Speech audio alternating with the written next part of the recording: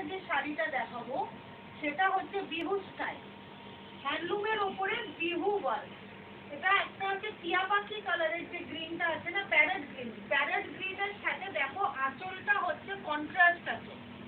এটা হচ্ছে পিওর খাদি, এটাকে মার্কেটাইজ খাদি বলে। ওই খাদির ওপরে পুরোটা হ্যান্ড ওয়েভিং যে আঁচলের পার্টটা, আর পুরো বডিটাতে রয়েছে হোয়াইট এবং ইয়েলো মোটিভের সুতো দিয়ে কাজি, পুরোটা সুতোর কাজ উইথ ব্লাউজ পিস। এই শাড়িটার দাম হচ্ছে 1850।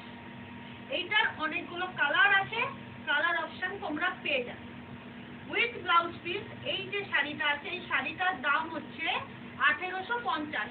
আর এর সাথে যে জুয়েলারি সেট আছে সেটা হলো, এই জুয়েলারি সেটটা হলো সাউথ ইন্ডিয়ার টেম্পল জুয়েলারি। আর গলার মধ্যে দেখো সবকটা